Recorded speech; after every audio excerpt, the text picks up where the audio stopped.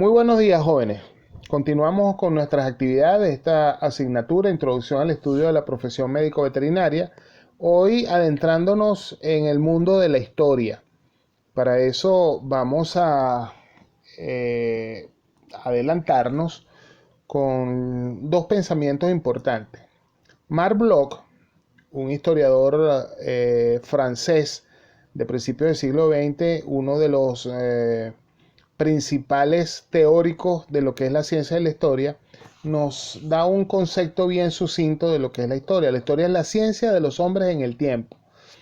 O sea, y Reinaldo Rojas, un historiador venezolano muy importante también, mi maestro en esto de la historia, complementa ese concepto de la siguiente forma. La historia no es nostalgia del pasado. La historia es presente, pasado y futuro en interacción permanente. Comprender esa interacción, descifrando sus regularidades, es tarea solo posible si transformamos el conocimiento histórico en apoyo a cualquier acción dirigida a impulsar conscientemente el desarrollo. ¿Por qué estudiamos historia de la medicina veterinaria durante la carrera? Justamente para poder entender cuál es la dinámica pasado, presente, futuro dentro de la profesión y cuál es el papel que juega la medicina veterinaria en el desarrollo. Y para eso entonces tenemos que estar claros de dónde venimos para poder entonces tener claro hacia dónde vamos. Y cuando hablamos de historia, tenemos que hablar de tiempos históricos. Entonces aquí vamos a remontarnos un poquito a lo que veíamos en bachillerato acerca de las eras geológicas, de lo que es lo que se llama comúnmente como prehistoria, desde el nacimiento de la Tierra hasta el momento en donde se inventa la escritura, que es de forma sencilla como dividimos ese espacio. Y en ese espacio vamos a tener, por supuesto, todo lo que ha sido el desarrollo de la vida sobre la faz de la Tierra, desde los primeros seres vivientes unicelulares hasta los individuos que conocemos hoy en día. Y en esa parte de la prehistoria tenemos entonces todo el desarrollo de una serie de megafaunas que han evolucionado poco a poco hasta llegar a lo que somos hoy en día. Pero ese mundo que hoy en día conocemos, que lo podemos observar en este mapa mundi, no todo el tiempo fue así. En los inicios del mundo teníamos, en lugar de 5 continentes, un solo continente consolidado llamado Pangea. Ese continente, Pangea, a medida que fue evolucionando la Tierra como planeta, fue separándose poco a poco en un proceso que se llama la deriva continental, hasta formar lo que hoy en día tenemos como continente. Y paralelamente se fueron desarrollando las vidas también, unas vidas complejas en esa Pangea y en esos continentes que fueron separándose. Es lo que llamamos el reinado de los dinosaurios, que va desde el periodo pérmico, el paleozoico, hasta el cretácico, o sea, un lapso de aproximadamente 144 millones de años, en donde se desarrollaron estos grandes, colosales por el tamaño y la fortaleza, dinosaurios, animales que tenían muchas variantes, desde animales muy pequeños hasta animales muy grandes, y que habitaron sobre la Tierra durante esos 144 millones de años. Pero esos no están hoy en día, los dinosaurios, porque hacia el año 100 o 70 millones antes de Cristo, hubo una extinción masiva de esos animales provocada por la caída de un asteroide transformado en un cometa. Cayó, impactó la Tierra, cayó, según las investigaciones que se están haciendo en lo que hoy en día es el Golfo de México, en la península de Yucatán, y produjo una hecatombe climática y también de luz. La nube de polvo que se levantó, la nube de vapor de agua, oscureció la Tierra por varios años, inclusive se especula que decenas de años. En ese sentido, entonces, estos animales que eran una cosa parecida a lo que son los reptiles hoy en día, no pudieron adaptarse a esos cambios, porque recordemos que los reptiles no se autorregulan en la temperatura, sino que ellos necesitan de la luz solar para poder controlar su temperatura. En ese sentido, entonces, si no había luz solar y bajo esas condiciones de oscuridad, más el polvo en suspensión que hubo, los afectó muchísimo y sucumbieron. Y solo pudieron sobrevivir un tipo particular de esos dinosaurios, que eran los sinápsidos o terópsidos. Estos animales ya habían estado evolucionando hasta convertirse en una fauna endotérmica o homeotérmica, o sea, que era capaz de regular su propia temperatura, no como el resto de los dinosaurios.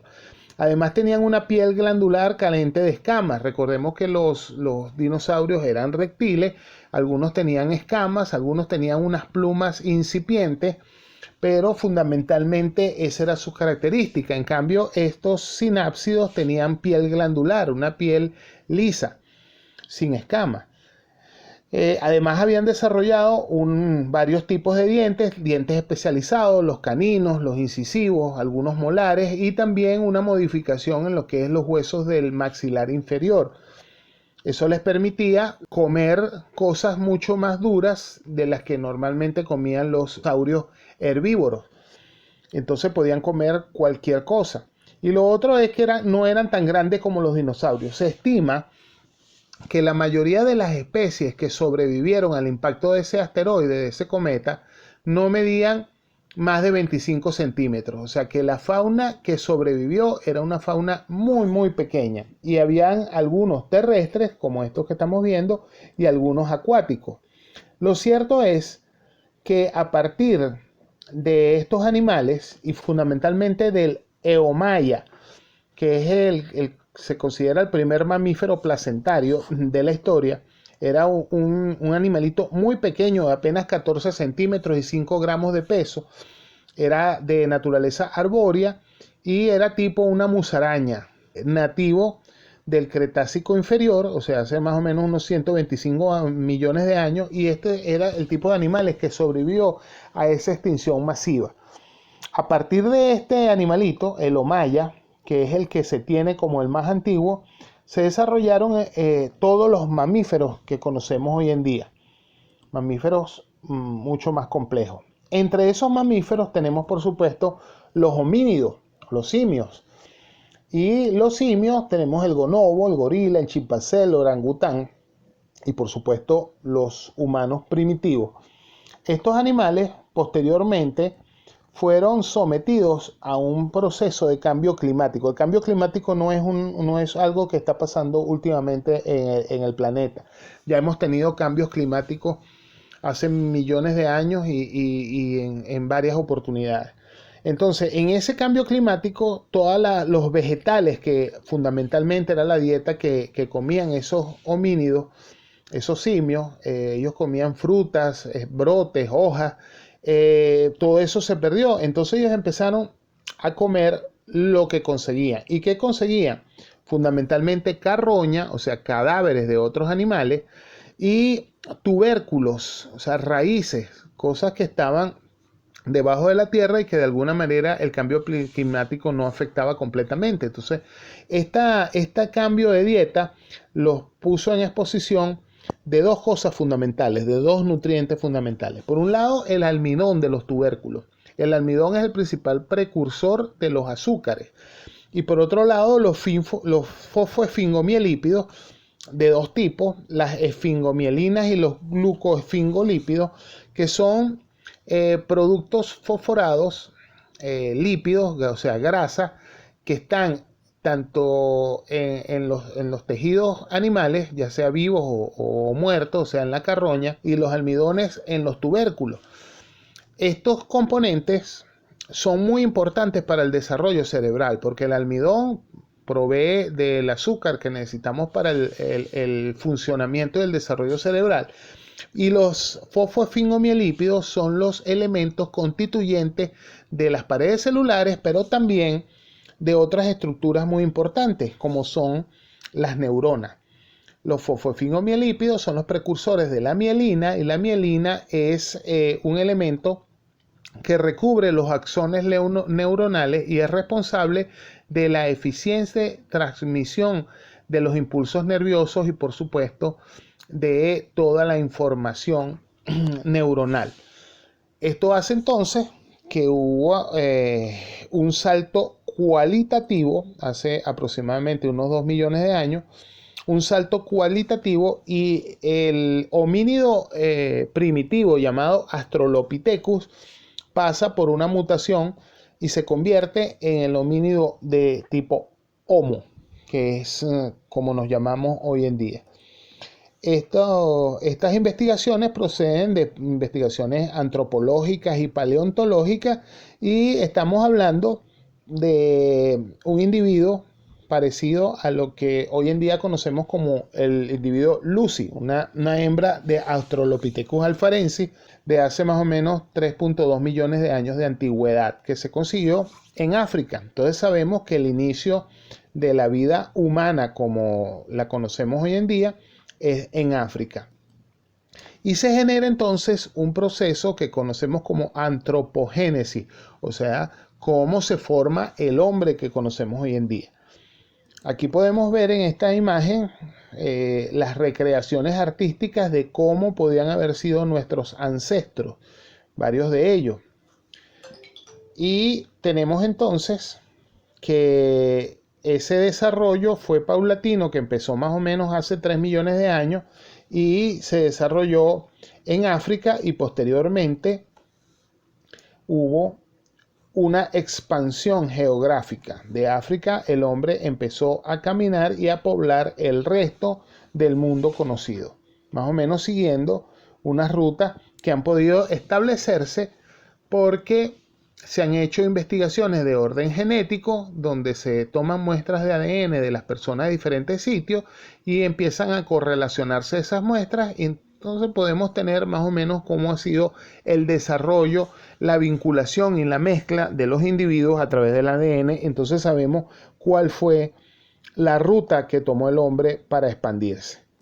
Lo cierto es que finalmente el Homo ya evolucionado no fue una sola especie, fueron varias especies. Tenemos el Homo heidelberg de Heidelberg, tenemos el Neandertal, que es el Homo neanderthalis, tenemos el Cro-Magnon, que es el Homo sapiens, y tenemos el Denisova, que es el Homo denisova. Entonces, sabemos que son especies diferentes, pero compatibles en su genética, lo que les permitió hacer una hibridación, o sea, se mezclaron entre sí y finalmente la mezcla de ellos es lo que hoy en día nos conocemos como Homo sapiens sapiens, que es el humano actual. Ese Homo sapiens en el periodo paleolítico empezó a desarrollar instrumentos, herramientas, armas, refugios más o menos elaborados. Empezó a desarrollar, por supuesto, mucho más su mente, mucho más las acciones, empezó a organizarse un poco más complejamente en poblados, a reunirse y empezó a hacer los procesos de cacería, porque una vez que el humano empezó a comer carroña y después carne, se hizo de una cultura del consumo de carne. Por eso es que las teorías que dicen que el humano no es carnívoro y que debe ser herbívoro todavía no han ganado la batalla, porque todo indica que el humano es un individuo omnívoro, y que dentro de omnívoro, porque come de todo, vegetales y alimentos de origen animal. El peso del alimento de origen animal es muy importante porque para sus sistemas están adecuados a los nutrientes que vienen de ese origen, ¿no? Bueno, entonces empezaron los humanos a cazar, a enfrentarse con otros animales. Empezaron a verse que animales de gran talla proveían de mucha cantidad de carne, y esas técnicas de cacería las fueron desarrollando observando cómo otros animales cazaban también. Entre ellos, el lobo. El lobo tiene una particularidad que caza en manadas con un sistema muy efectivo. Entonces el humano primitivo empezó a ver esas cosas y a copiar cosas. Además el lobo tuvo la particularidad de que cuando el humano empezó a cazar, muchas veces la cantidad de alimento que cazaba, por ejemplo, una pequeña manada de humanos primitivos cazaba un mamut o cazaba un mastodonte, era un animal muy grande, entonces no se lo comían todo. Entonces el lobo aprovechaba los restos que quedaban de esa cacería de los humanos. Y el lobo, precursor del perro actual, muy inteligente como ellos, empezó a darse cuenta que el humano era mucho más efectivo en la cacería que ellos y salían menos heridos los lobos si en lugar de cazar abiertamente podían entonces recibir los restos de los humanos. Esos lobos, como les decía, también desarrollaron la capacidad de ver que si ellos apartaban un animal de la manada, o sea, un bisonte, un mastodonte, un mamut, el humano les costaba mucho, pero los lobos se les facilitaba.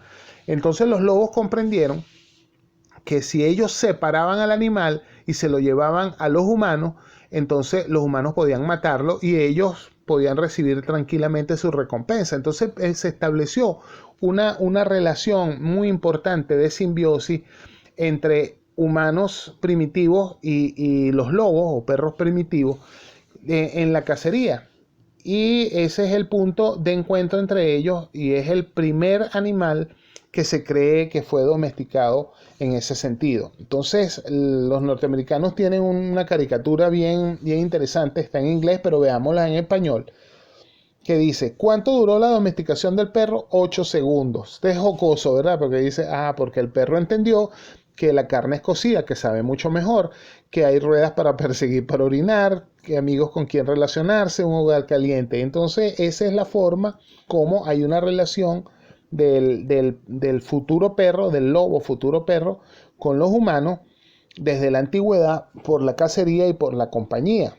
Y por supuesto, de ese lobo se fueron desarrollando a medida que pasaban los años, en estos 2 millones de años, 1,5 millones de años, se fue desarrollando las diferentes variedades o razas de este lobo, que fundamentalmente son todos lobos, porque genéticamente no hay diferencia. Ahí es diferencia solamente fenotípica por la selección, por la presión de selección, por adaptación, pero todos los perros, desde un perro mexicano chihuahua pequeñito hasta un gran danés, todos son lobos. El humano era eficiente con la cacería, sin embargo, la cacería necesitaba desplazarse detrás de las manadas. El humano empezó a comprender que si ellos apartaban con la ayuda de los perros unos animales y esos animales los encerraban, esos animales estaban disponibles en un sitio particular y no tenían que estar corriendo mucho. Esos animales poco a poco fueron adaptándose a ese encierro, se reprodujeron en cautiverio y eso desarrolló de alguna manera o facilitó de alguna manera la domesticación. Ya vamos a ver otro mecanismo que se está estudiando también desde hace tiempo para el desarrollo de la domesticación. Lo cierto es que definitivamente la domesticación empezó por los animales y luego por los vegetales, porque los humanos con esos animales encerrados empezaron a darse cuenta que los granos que comían los animales y salían con el estiércol, o los granos que de alguna manera se les caían a ellos y caían cerca del estiércol, eran capaces de desarrollarse mucho más rápidamente por el efecto fertilizante que tenía el estiércol de los animales. Entonces, de recolección, los humanos primitivos pasaron a desarrollar las técnicas de agricultura también, pero fue potenciado definitivamente por el efecto fertilizante del estiércol de los animales. Así entonces empezaron a desarrollarse todas las variedades animales domésticos que tenemos hoy en día, a partir, por supuesto, de animales salvajes. y una serie de vegetales también que aumentaron notablemente la capacidad nutricional de los humanos y enriqueciendo su dieta en variedad y en calidad también. Y eso entonces ayudó al hecho de mejorar los procesos neuronales, los procesos de inteligencia y propició la evolución del humano. Les decía de otra teoría que nos enseñan los científicos acerca de cómo puede ser el desarrollo de la domesticación, sobre todo en principio de los perros o quizás algunas especies pequeñas que pudieron haber sido cazadas, posiblemente la cacería de una hembra en gestación a término, sacrificada por los cazadores, se dieron cuenta de que había un animalito dentro, abrieron en el momento de destripar, abrieron el abdomen, sacaron el útero, sacaron el animalito y el animalito respiró. O puede ser también que por instinto el ser humano primitivo y las hembras sobre todo, que muchas veces acompañaban al humano en la parte posterior de los cortes de caza, posiblemente el instinto maternal o el instinto paternal haya llevado a atender a ese animalito recién nacido. En principio no con el concepto de mascota, sino más bien con un concepto de que era un alimento fácil para después. O sea, si tenía un animalito huérfano, yo podía mantenerlo ahí, intentar que comiera y podía ser un alimento después. Lo que pasa es que en algunos casos sucedió esto. Fíjense, son animales amamantados por humanos y esto definitivamente desarrolla una conexión importante entre esa señora. Posiblemente pensaba que ese animalito podía ser alimento posteriormente, pero muy probablemente haya creado unos nexos, unos vínculos con ese animalito. Fíjense en la última foto en donde están compartiendo esta indígena Yanomami venezolana, está compartiendo su leche, la leche de su niño con un váquiro, un pecari, un marrano de monte.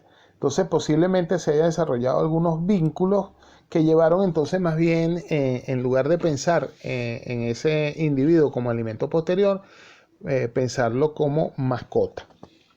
Lo cierto es que se desarrollaron entonces los primeros poblados humanos, que eran asociaciones primarias de familias, con una organización más o menos regulada, unas estructuras de refugio estable, una infraestructura permanente. Ya los individuos dejaron de caminar, de ser nómadas para establecerse y empezar a hacer división social de trabajo y procesos culturales. Entonces se desarrolló muchísimo más lo que es la civilización. Ya en el Neolítico tenemos entonces los primeros poblados más o menos organizados y el desarrollo de ganaderías o de explotaciones pecuarias importantes. Ya a estas alturas los animales empezaron a reproducirse en cautiverio y los recién nacidos ya estaban acostumbrados a estar cerca del humano, a ser manipulados por el humano, y eso produjo la domesticación de las especies de interés pecuario, como por ejemplo el bovino, el ovino y el caprino. Y posteriormente también fue la domesticación y la utilización de los equinos. Lo cierto es, una de las actividades culturales y sociales más importantes que tenían esos grupos humanos era el tratamiento de enfermedades, el tratamiento de heridas. Esas luchas con los animales eran bien peligrosas y proporcionaban muchas heridas, muchos accidentes. Entonces empezaron a desarrollarse actividades de curación o actividades de búsqueda de cura a través de rituales mágicos, de rituales proto-religiosos. Pero al fin y al cabo, en esos rituales está el origen de la medicina. Y por supuesto también el origen de técnicas un poco más elaboradas dentro de la medicina, como lo es la cirugía. Fíjense en esta diapositiva, vemos unos cráneos que han sido intervenidos y sabemos de que estos individuos con esas trepanaciones importantes en el cerebro sobrevivieron. ¿Cómo lo sabemos? Porque al analizar los bordes de esas heridas, vemos que esos bordes están cicatrizados. Si estos individuos hubieran muerto por efecto de la trepanación, esos bordes estuvieran crudos o limpios después de esa operación. Y resulta de que esos bordes óseos están cicatrizados, lo que indica que pasó mucho tiempo entre esa trepanación y la muerte de esos individuos. Estamos hablando también de la utilización de los primeros productos vegetales con efectos farmacológicos, ya fuera curativos o algunos alucinógenos que podían permitir a los individuos entrar en trance y ponerse en comunicación con los dioses con la intención de poder buscar las curaciones a los maleficios o a los estados de enfermedad provocada por maleficios, que era la creencia que tenía el hombre primitivo. Este es el origen, como decimos, de la medicina. Pero ¿dónde buscamos entonces el origen de la medicina veterinaria? Justamente en el pastor primitivo o en el cuidador de animales primitivos. Porque los animales se convirtieron en unos individuos importantes porque, por un lado, proporcionaban alimentación, pero poco a poco esos animales empezaron a representar también riquezas que necesitamos para los intercambios. Por ejemplo, era muy común intercambios de ganado por conchas entre grupos humanos que estaban en las zonas de producción pecuaria o en las zonas de costeras, de borde marino. Eso por un lado. También el intercambio de sal, por ejemplo. La sal era importante para la conservación de la carne, entonces se intercambiaba carne por sal. Y así una serie de otros intercambios importantes en donde el ganado empezó a tener un valor. Quiere decir entonces que necesitábamos cuidar esos animales y sanar esos animales. Y como vimos la trepanación en humanos, entonces vemos también que hay trepanación en otros individuos. Y cuando los antropólogos nos muestran hallazgos importantes en sus excavaciones, los arqueólogos, los antropólogos, vemos entonces cómo hay enterramientos de humanos con sus animales, fundamentalmente mascotas, perros, pero también vemos enterramientos con animales de producción para significar que ese personaje que está siendo enterrado ahí tenía un cierto rango social y económico. Entonces, ahí es donde tenemos el origen de la medicina veterinaria también, que es en el cuidado integral de los animales. Posteriormente, hubo lo que se conoce como un periodo glaciar, una glaciación o la edad de hielo. Estamos hablando de 2.5 millones de años. El ser humano estaba en su temprana evolución y se produjo un enfriamiento masivo de la corteza terrestre con un avance de las nieves polares, quedando solamente disponible lo que se llama la franja de supervivencia, que es la franja intertropical. Los humanos tuvieron que desplazarse del norte y del sur hacia la franja intertropical y ahí entonces empezaron a desarrollarse grandes ciudades, grandes civilizaciones que son posteriormente los focos culturales de la edad antigua. Fíjense que todo está más o menos en una misma franja, que es la franja de supervivencia de las glaciaciones. Como les decía, ahí se desarrollaron posteriormente las primeras ciudades. Y en esas ciudades, por supuesto, los animales siguieron teniendo una importancia radical, no solamente como elementos de alimentación, sino también como elementos de logística estratégica, como el transporte y el trabajo. Eso hace que los animales se conviertan entonces en un símbolo importante, también una simbología histórica, mitológica, una simbología religiosa importante, una adoración. Y así vemos en todas las religiones que va desarrollando el humano, ya sean religiones elaboradas o religiones primitivas, la presencia importante de los animales. Lo vemos también dioses con forma zoomórfica, o sea, dioses que asumen cualidades, características e inclusive las figuras de animales importantes.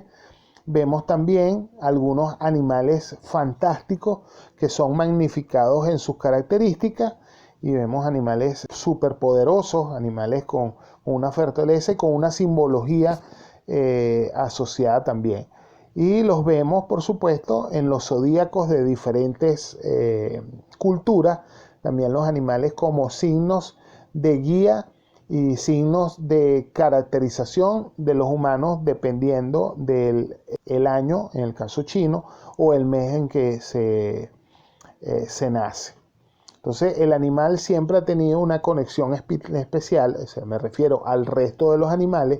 El humano ha visto al resto de los animales con una conexión bien importante de diferentes características. Como decíamos, en principio la alimentación, después la compañía, después el simbolismo, después lo que es la significancia por la riqueza y la significancia con las religiones o la cosmogonía, porque de alguna manera los animales nos recuerdan a nosotros nuestra condición animal, que a veces se nos olvida. Ahora entonces estudiemos el caso venezolano. En Venezuela, igualmente, tenemos un desarrollo geológico similar al que se ha tenido el resto del mundo. Tenemos mapas geológicos bien claros en Venezuela, cuáles han sido los surgimientos en los diferentes momentos geológicos de las áreas que conforman el territorio nacional. Y por supuesto, el relieve, la topografía, la hidrografía va a depender mucho de esos cambios geológicos. Es menester hablar del río Orinoco, que es el principal río, y cómo ese río de alguna manera ha modificado lo que hoy en día conocemos como Venezuela desde hace millones de años. El río Orinoco no siempre tuvo el curso que tiene hoy en día. El río Orinoco se le conocen al menos cinco deltas. El primer delta del río Orinoco era justamente donde hoy se ubica el lago de Maracaibo. Después el desarrollo de lo que es la cordillera de los Andes hizo de que el río tuviera que desviarse y posteriormente, en una segunda instancia, empezó su desembocadura en el Mar Caribe en lo que es la zona de Falcón hoy en día, zona del estado Falcón. Al subir la cordillera de San Luis, o lo que es la cordillera falconiana, donde está la sierra de San Luis, la zona de Churuguara y todo eso, el río Orinoco tuvo que cruzar de nuevo hacia su derecha, su margen derecha, y salir por donde hoy en día es en los valles de Aroa. Posteriormente surge la cordillera de la costa, lo que es la zona hoy en día del Parque Henry Pittier, el macizo de Naiguatá, donde está Caracas hoy en día. Toda esa cordillera importante de la costa hizo que el Orinoco volviera a tomar un desvío. Estamos hablando de millones de años de evolución, ¿no? El surgimiento de estas cordilleras. Y una cuarta salida del río Orinoco fue por donde hoy en día es en la zona de Boca de Uchire, la zona de Higuerote, esa zona. Posteriormente surge lo que es las montañas del Turimiquire, la mesa de Guanape. Eso estoy hablando de las alturas de los estados actuales estados Anzoátegui y Monaga. Entonces el río Orinoco volvió otra vez a torcer su curso hacia su margen derecha y tener el delta que hoy en día tenemos. ¿Por qué no siguió cambiando de sentido? Porque se consiguió en su margen derecha justamente las zonas geológicas más antiguas del mundo, que es el macizo guayanés. Ese macizo ya se surgió cuando los primeros millones de años de desarrollo de la Tierra ya están ahí establecidos. Lo llaman macizo porque la calidad rocosa dura que tiene ese macizo es muy importante, y eso hace entonces que el río Orinoco llegue a hasta esa zona. Lo importante de todo esto es que en ese segundo delta del río Orinoco, que corresponde al estado Falcón, tenemos unos yacimientos arqueológicos, paleontológicos muy importantes, que son los de Urumaco y Taima.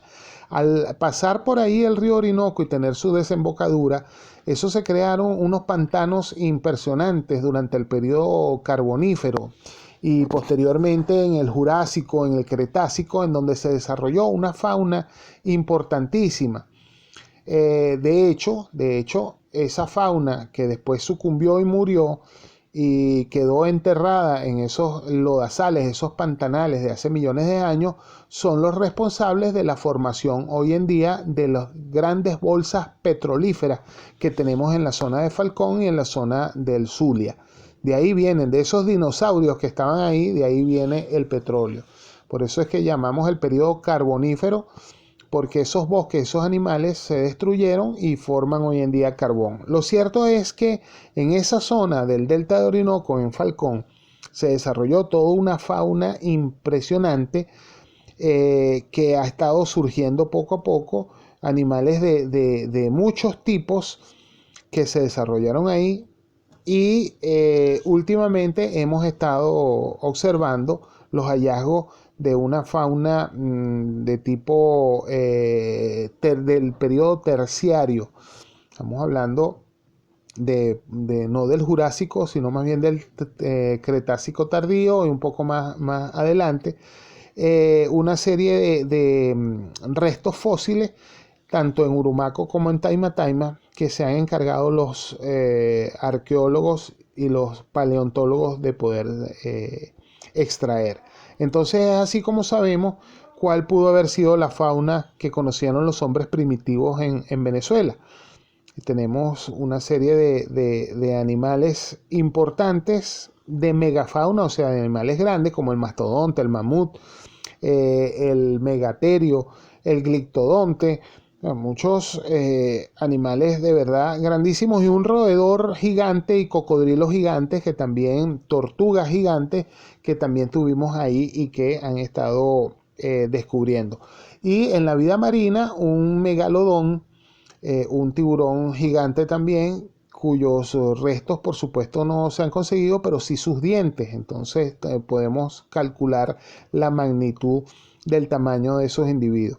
En la foto que tienen arriba a la derecha ven el diente de un tiburón blanco actual y el diente de un megalodón. Imagínense cómo puede haber sido el tamaño de ese individuo. Algunos restos de esos animales los conseguimos en los museos. Este es el Museo Antropológico Francisco Tamayo de Quíbor, que tiene algunas piezas, pero por supuesto también en el Museo de Historia Natural en Caracas y los museos de Taima y de Urumaco en el estado Falcón, que tienen unas colecciones importantes que se debieran conocer.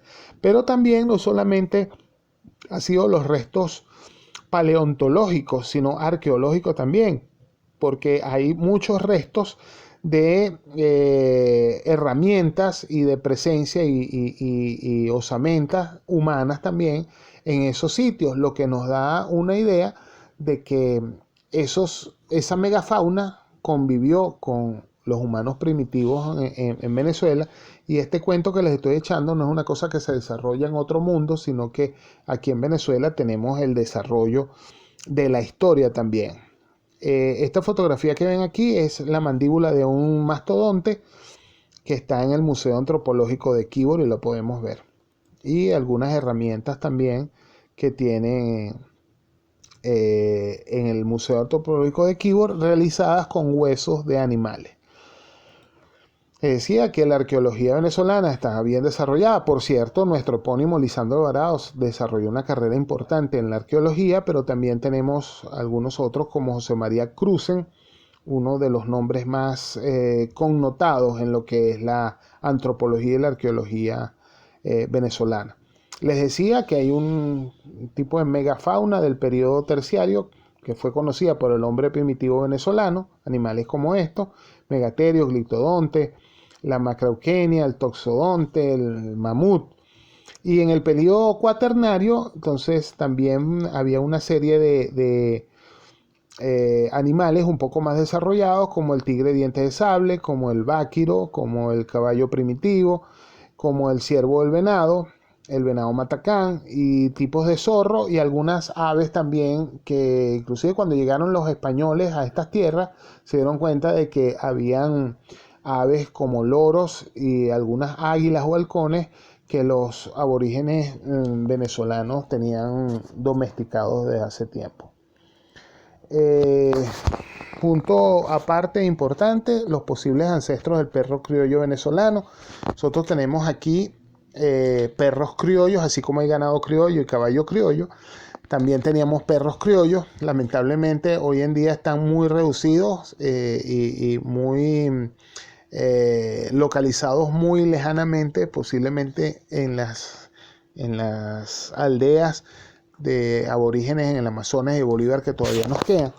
Y esos perros se desarrollaron no a partir del lobo, porque aquí no había lobos, sino más bien a partir de zorros grandes o perros de monte de algunas especies. Lo cierto es que la vinculación importante, la interacción importante que hubo en el contexto venezolano antes de la llegada de Colón nos da a pie a pensar también que hubo una vinculación quizás emotiva, quizás productiva con los animales y que debiéramos seguir investigando porque posiblemente ahí también tengamos algunos orígenes primitivos de medicina veterinaria o etnoveterinaria autóctonamente venezolana. Entonces es cuestión de seguir investigando. Por lo pronto tenemos que buscar en las grandes civilizaciones, que es lo que vamos a hacer en la siguiente clase, estudiar sobre los orígenes ya formales de la atención de los animales por parte de los humanos en las grandes civilizaciones primitivas y clásicas como es la greco-romana. Hasta entonces y muchas gracias.